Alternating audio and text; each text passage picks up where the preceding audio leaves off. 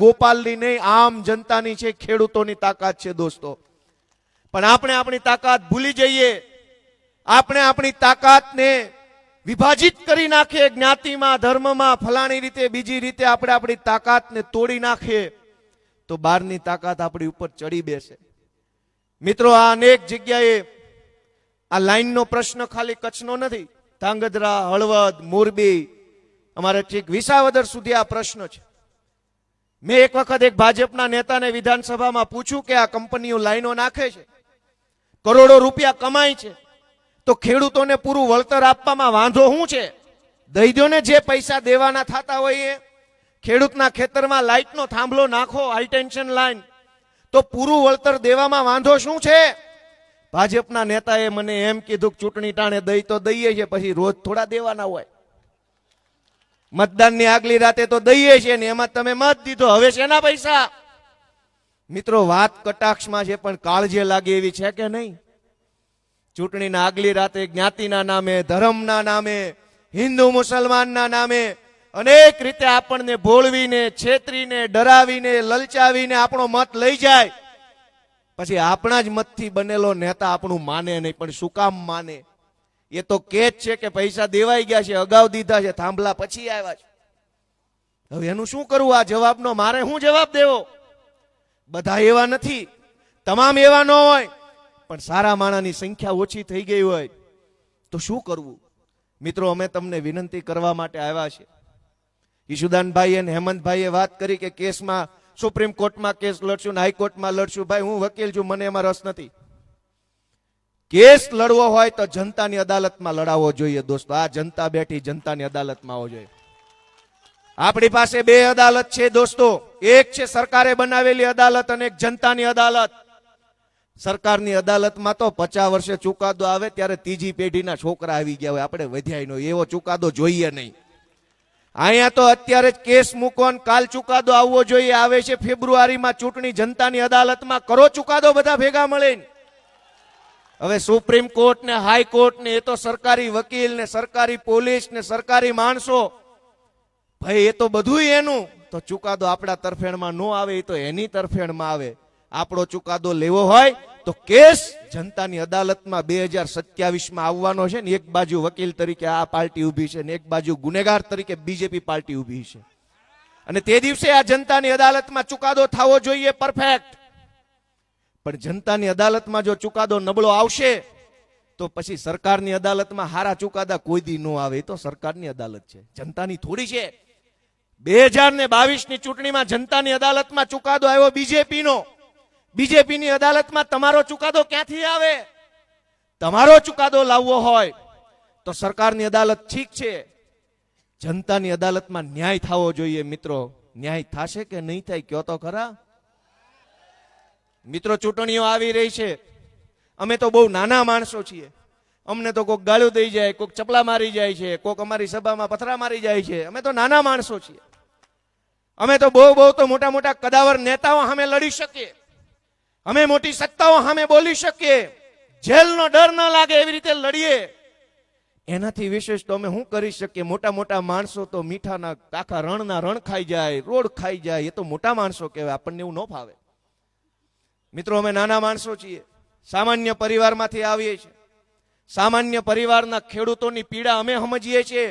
પશુપાલક, ખેડૂત, ખેતી મજૂરી કરતો માણસ, ભાગવું રાખનાર માણસ, એની પીડા સમજનાર પાર્ટી જો આખા દેશમાં કોઈ હોય તો એ માત્ર ને માત્ર અરવિંદ કેજરીવાલ ને આમ આદમી પાર્ટી છે. દોસ્તો, હમણાં માવઠું આવ્યું ગુજરાતમાં અને પંજાબની અંદર પૂર આવેલું, અતિવૃષ્ટિ થઈ. જ્યારે પંજાબમાં આમ આદમી પાર્ટીની સરકારે રાહત સહાય જાહેર કરી ત્યારે એને ખેડૂતોને વળતર આપવાનો પણ નિર્ણય કર્યો. ભાગવું ખેતર વાવવા રાખ્યું હોય એને પણ વળતર આપવાનો નિર્ણય કર્યો. અને જે લોકો ખેતરે બીજાના ખેતરે મજૂરી કરે છે એને પણ વળતર આપવાનો નિર્ણય પંજાબની આમ આદમી પાર્ટીની સરકારે કર્યો.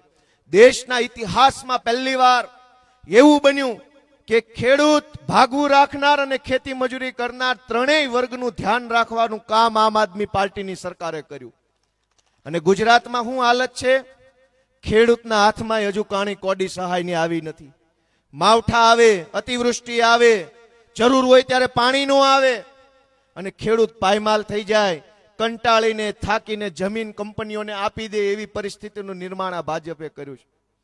દોસ્તો, હું તમને વિનંતી કરું છું કે આજે આપણે બધાએ અહીંયા ભેગા થયા છીએ તો એક વિચાર અહીંથી લઈને આપણે જવાનું છે અને એ વિચાર એવો છે કે ગુજરાતની અંદર હવે તો પરિવર્તન સિવાય બીજો કોઈ વિકલ્પ વધ્યો નથી. પરિવર્તન થશે તો જ આગળના દિવસો સારા આવવાના છે.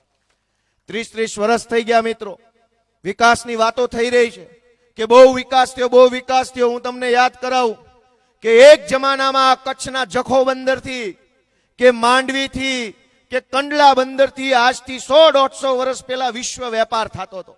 અહીંથી માણા બોટમાં બેસીને ત્યાં બીજા દેશોમાં જઈને વેપાર કરતા. 100 વર્ષ પહેલા અહીંથી વિશ્વ વેપાર હતો અને આજે એ દરિયાકાંઠે હજારો ડ્રગ્સના પડીકાઓ સીધા હાથમાં આવી જાય છે, કોઈ પકડાતો નથી ક્યારેય. એક જમાનામાં આ જગ્યાએથી વિશ્વ વેપાર થતો ને આજે ડ્રગ્સ આવે અને વિચાર કરો કે પડીકા હજારો નંગ પડીકા પકડાય, રેઢે રેઢા પકડાઈ જાય, એનો કોઈ મોકલનારો પકડાતો નથી. તમે તમારા ખેતરની અંદર કપાસના છોડની વચ્ચે ખાલી સાહમાં ગાંજો વાવ્યો હોય તોય ખબર પડી જાય ગાંધીનગર સુધી ગાંજો વાવ્યો છે. પણ કરોડો રૂપિયાના ડ્રગ્સના પેકેટ અહીંયા બંદર ઉપર એમનામ તરતા તરતા આવી જાય, જાણે સ્વિમિંગ પુલમાં નાવા આવ્યા હોય. અને આરોપી કોઈ દી પકડાતા નથી. દોસ્તો, આપણે બધાએ જાગવું પડશે, આપણે બધાએ વિચારવું પડશે. બહેનો કેમ આવ્યા? હા તો કરજો. હું એવું છે? હા શું છે? હાલ્યો હાલ્યો માઇકમાં, હાલ્યો માઇકમાં બોલાય. ઉરાવી આવો.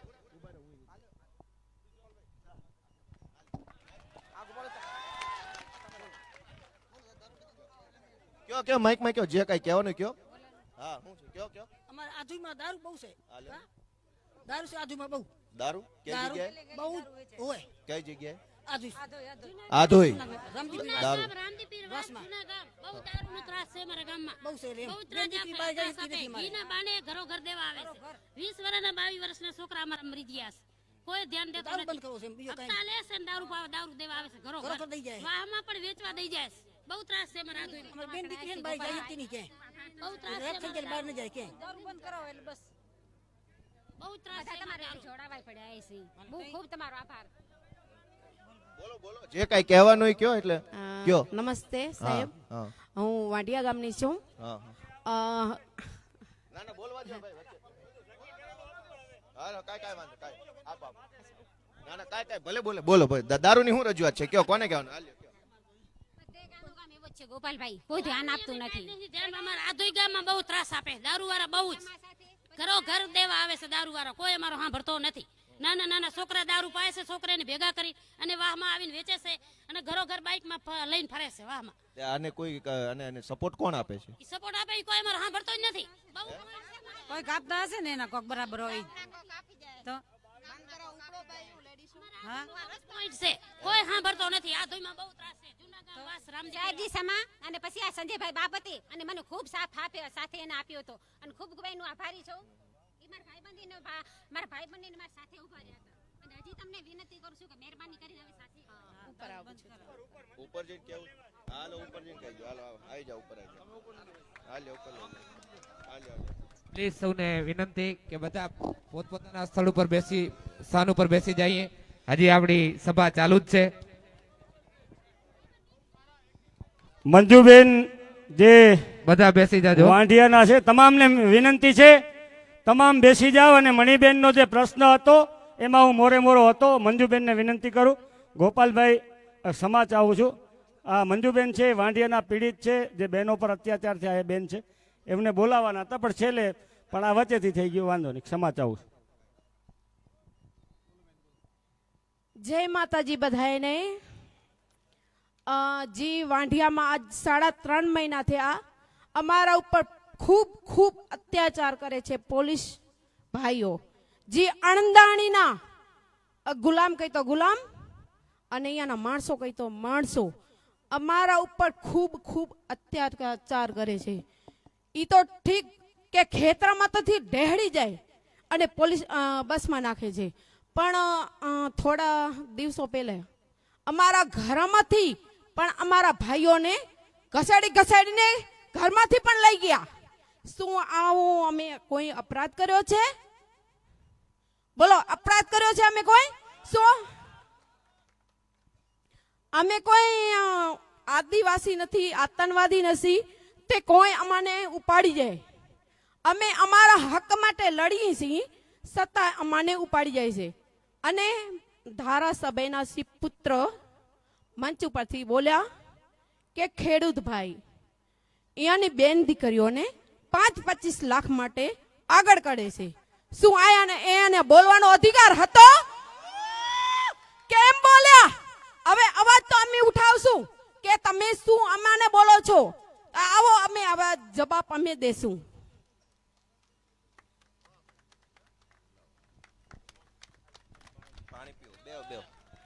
હાલો દોસ્તો,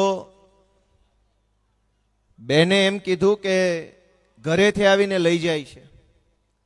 કોઈ નિર્દોષ માણસો છે. કેટલાક બહેનોએ કીધું કે દારૂ વેચાય છે આધોઈમાં, અને 20-20 વર્ષના છોકરાઓ બેમોત મર્યા છે દારૂના દૂષણના કારણે. અને દારૂ વેચનારા, દારૂનું દૂષણ ફેલાવનારા તો ક્યાંય ગુજરાતમાં પકડાતા નથી. પણ ખેડૂતો જ્યારે પોતાની જમીન માટે થઈને લડાઈ લડે છે ત્યારે ખેડૂતોને, એમના પરિવારના મહિલા સભ્યોને અડધી રાત્રે ઘરેથી ઉઠાવી અને જેલમાં